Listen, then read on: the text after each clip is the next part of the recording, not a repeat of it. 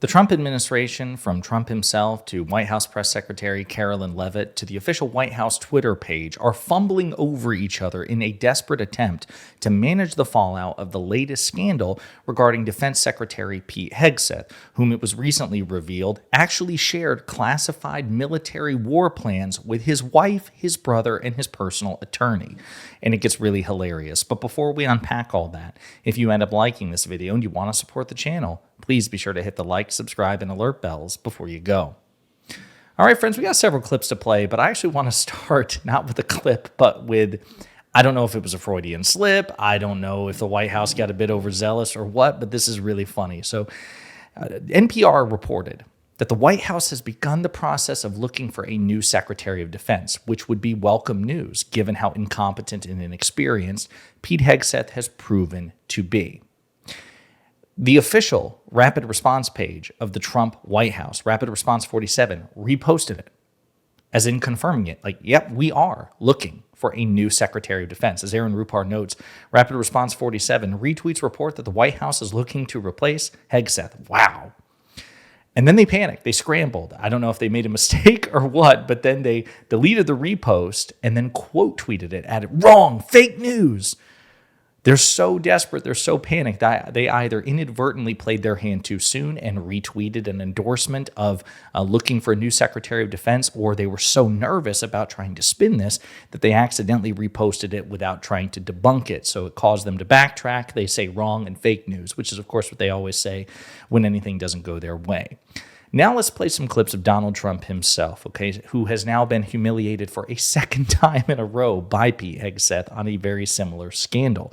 Trump was reportedly pissed about what happened in the first Signalgate scandal, particularly with Mike Waltz. Now it's Pete Hegseth's turn in the hot seat because he was the one who created this chat. He was the one who volunteered this sensitive, classified military intelligence that preordained a Houthi airstrike with his wife, Hegseth's wife, who is not somebody who needs to know about highly classified, highly sensitive military war plans, and Pete Hegseth's brother and his personal attorney. So I want to play two clips of Trump being confronted about this by reporters. And again, you can tell he's agitated, he doesn't like the questions, and he's trying to deflect. President Trump, do you remain confident in Hegseth? Do you remain confident in Pete Hegseth? Oh, no. President Trump, I'm sorry. Why are you even asking a question like that? We have recruitments that's at an all-time high. The spirit in the armed forces is fantastic. Great confidence. President Trump, you're sure. Why would you even ask a question like that? Well, makes sense why, even if you disagreed with people calling for Hegseth to quit or Hegseth to be fired, it makes sense why people are asking that sort of question, given that this is the second time in a row that this sort of information was shared on an unauthorized, unclassified application, a commercial messaging application. And he's done it now twice in a row. And this was the biggest scandal of the Trump administration, according to polling at the time. And Hegseth has effectively blown the dust off it.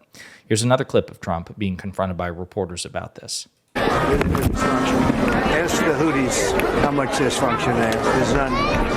Pete's doing a great job. Everybody's happy with him. We have the highest recruitment numbers I think we've had in 28 years. No, he's doing a great job. It's just fake news. They just bring up stories. I guess it sounds like disgruntled employees. You know, he was put there to get rid of a lot of bad people, and that's what he's doing. So you don't always have friends when you do that.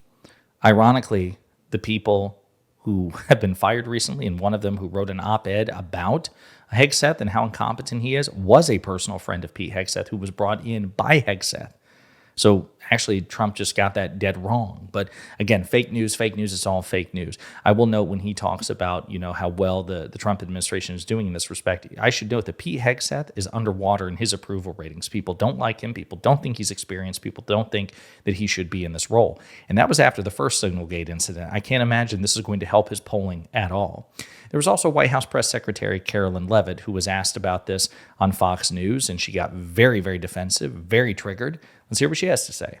Front page of the New York Times, Secretary of Defense Pete Hegseth back in the news about staffers had to be dismissed and a second signal chat that took place.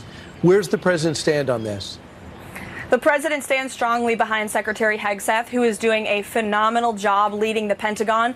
And this is what happens when the entire Pentagon is working against you and working against the monumental change that you are trying to implement. Secretary Hegseth was nominated for this position because he is standing up for the war fighter, the men and women in uniform who are putting their lives on the line to protect our country and our homeland. And unfortunately, there have been people at that building who don't like the change the secretary is trying to bring, so they are leaking and they are lying to the mainstream media. We've seen this game played before.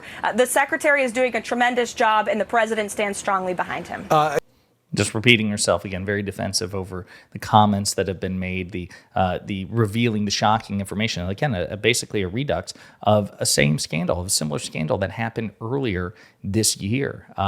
It's interesting how Carolyn Levitt says that the entire Pentagon is working against Pete Hegseth. Well, that's, again, you're kind of telling on yourself there that the Secretary of Defense is so incompetent, so disruptive, and so inexperienced that he's turned the entire Pentagon against him. The entire relatively conservative Pentagon is against him. That seems to be probably indicative of Pete Hegseth having a problem as opposed to the entire Pentagon. Now, in response to the backlash that the New York Times has received from the White House about this, they responded. The New York Times defended its reporting on Pete Hegseth's second Signal group chat in a statement that appeared to hit back at both Hegseth and Donald Trump, dismissing the bombshell revelations as disgruntled co-workers trying to smear the defense secretary. Quote, "We're confident in the accuracy of our reporting, which revealed that the defense secretary shared sensitive information in a Signal chat that included his wife and his brother, among others. The Pentagon has not denied the existence of the chat, and its assertion that there was no classified information shared in any chat is beside the point when it comes to our story, which did not characterize the information as classified." But I am, because most security experts who reviewed the first Signalgate information concluded that that was classified information. So if he effectively shared the same information, yes, it was likely classified, if not highly sensitive. And it doesn't matter at the end of the day because it's incredibly irresponsible for the sitting defense secretary to do just that, especially when this particular defense secretary made a career on Fox News excoriating Secretary Hillary Clinton and other prominent Democrats whom he believed had abused the private email server and had abused, disclosure and the handling of classified and sensitive military information. He was perfectly willing to hold Democrats to a very high standard that he himself fails to meet time and time again. There's no evidence, for example, that Hillary Clinton shared classified or sensitive information with her siblings or with her children. I was going to say her husband, but her husband, President Clinton's a former president of the United States. So yeah, he probably had access to a ton of classified information, as most former presidents do. But there's no evidence that she shared it with him either. So what Hegseth done is uniquely bad, even by the standard that he used to hold Democrats to. And again, I just find it funny that people want to say, well, all these disgruntled employees, as Natasha Bertrand, a journalist, notes. Beyond that, it's worth noting that two of the officials Hegseth fired, and Ullyot, who is now criticizing him publicly, were not administration holdovers or career officials. They were personal friends of Hegseth's brought into the DOD by him. So Hegseth is being lambasted by people who were personal friends of his that he brought in. So let's take a look at actually this. Former top Pentagon spokesperson details month from hell inside the agency. John Ullyot is a former Pentagon spokesman that led communications at the National Security Council and the Department of Veterans Affairs in Donald Trump's first term. He resigned from the Pentagon last week. He was a senior communication advisor on the 2016 campaign.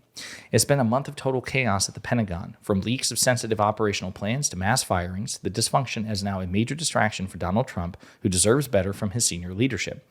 Trump has a strong record of holding his top officials to account. Again, this is how you know the guy is still conservative. He's still MAGA. Even he is apparently drawing the line with Hegseth. Given that, it's hard to see Defense Secretary Pete Hegseth remaining in his role much longer. The latest flashpoint is near collapse inside the Pentagon's top ranks. On Friday, Hegseth fired 3 of his most loyal senior staffers, Senior Advisor Dan Caldwell, Deputy Chief of Staff Darren Selnick, and Colin Carroll, Chief of Staff to the Deputy Secretary of Defense. In the aftermath, Defense Department officials working for Hegseth tried to smear the aides anonymously to reporters, claiming they were fired for leaking sensitive information as part of an investigation ordered earlier this month. Yet none of this is true. While the department said it would conduct polygraph tests as part of the probe, not one of the three has been given a lie detector test. In fact, at least one of them has told former colleagues that investigators advised him he was about to be cleared officially of any wrongdoing. Unfortunately, Hegseth's team has developed a habit of spreading flat-out, easily debunked falsehoods anonymously about their colleagues on their way out the door. On Friday, Politico reported that Hegseth's chief of staff, Joe Casper, was leaving his role. Casper had requested the investigation into the Pentagon leaks, which reportedly included military operational plans for the Panama Canal and a pause in the collection of military intelligence for Ukraine. Hegseth is now presiding over a strange and baffling purge that will leave him without his two closest advisors of over a decade, Caldwell and Selnick, and without chiefs of staff for him and his deputy. More firings may be coming, according to rumors in the building. In short, the building is in disarray under Hegseth's leadership. Fortunately, I was not a victim of this purge of senior leadership. Like Caldwell and Selnick, I am a longtime backer of the secretary. In December, when his Senate confirmation was in jeopardy, I wrote an opinion piece arguing strongly that he was the best man to shake up things in a Pentagon in need of serious reform. A month later, Hegseth invited me to stand up and lead the Pentagon public affairs operation for his initial time in the building, and then possibly take on another position in the department after that. We accomplished a lot together, including bringing new, largely more conservative media outlets into the Pentagon press space and ensuring the public understands Trump's commitment to rebuilding our military after 4 years of drift under President Biden and Secretary of Defense Lloyd Austin, including injecting their divisive identity politics and lowering high standards on body composition and physical fitness in the uniformed services. Last week, a month after leaving my public affairs role, I respectfully declined the Secretary's generous offer for a new position and informed him of my decision to leave the department, wishing him all the best. I value his friendship and am grateful for his giving me a strong opportunity to serve. I salute his leadership in helping Trump make America strong again. Yet even strong backers of the Secretary like me must admit the last month has been full-blown meltdown at the Pentagon and is becoming a real problem for the administration. First, there was Signalgate, where the Secretary shared detailed operational plans, including timelines and specifics, about an impending military strike on the Houthis in Yemen over an unclassified Signal chat group that happened to include a member of the news media. Once the Signalgate story broke, Hegseth followed horrible crisis communications advice from his new public affairs team, who somehow convinced him to try to debunk the reporting through a vague Clinton-esque non-denial denial that, quote, nobody was texting war plans. This was a violation of PR rule number 1, get the bad news out right away. His nebulous disavowal prompted the reporter, Jeffrey Goldberg, to release Hegseth's full chat string with the detailed operational plans 2 days later, turning an already big story into a multi-week embarrassment for Trump's national security team. Hegseth now faces an inspector general investigation into a possible leak of classified information and a violation of records retention protocols. That was just the beginning of the month from hell. The Wall Street Journal and other outlets reported that Hegseth brought his wife, a former Fox News producer, to 2 meetings with foreign military counterparts where sensitive information was discussed.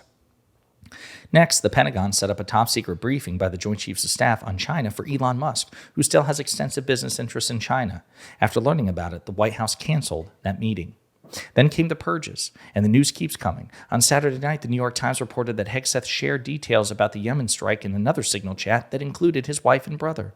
There are very likely more shoes to drop in short order, with even bigger bombshell stories coming this week, key Pentagon reporters have been telling sources privately. One reason the American people gave Trump a conclusive victory last November is that he's not a go-along, get-along creature of the Beltway like many of his recent predecessors, but rather a shrewd businessman who expects results and holds his team accountable for serious mistakes that occur on their watch. Just ask Cabinet Secretaries Jim Mattis, Mark Esper, Rex Tillerson, David Shulkin, Tom Price, and Ryan Zink. They, like Hegseth, are all good men and patriots whom Trump dismissed in his first term when he found their performances wanting. And then he goes on to attack President Biden. In Trump's first term, he produced more national security wins than any president. Okay, whatever. So again, I want to be clear. This guy is MAGA, diehard MAGA, loves Pete Hegseth personally, considers him a friend. But even he finds Hegseth's performance so incompetent that he is calling for major reform. He thinks that Donald Trump should have a different defense secretary. So this idea that it's some sort of deep state conspiracy against Pete Hegseth is just bullshit. It's unfortunately, the evidence is conclusive. Pete Hegseth is really stupid, really inexperienced, and he is not heeding to any sort of sound demonstration of judgment. He's just flailing as he continues to screw up. And watching the White House and Trump and Carolyn Levitt and Hegseth and the White House Twitter page, officially trip over themselves, it's just really funny to watch. And I can imagine the fallout of this is going to get significantly bigger. In the meantime, let me know what you think in the comments.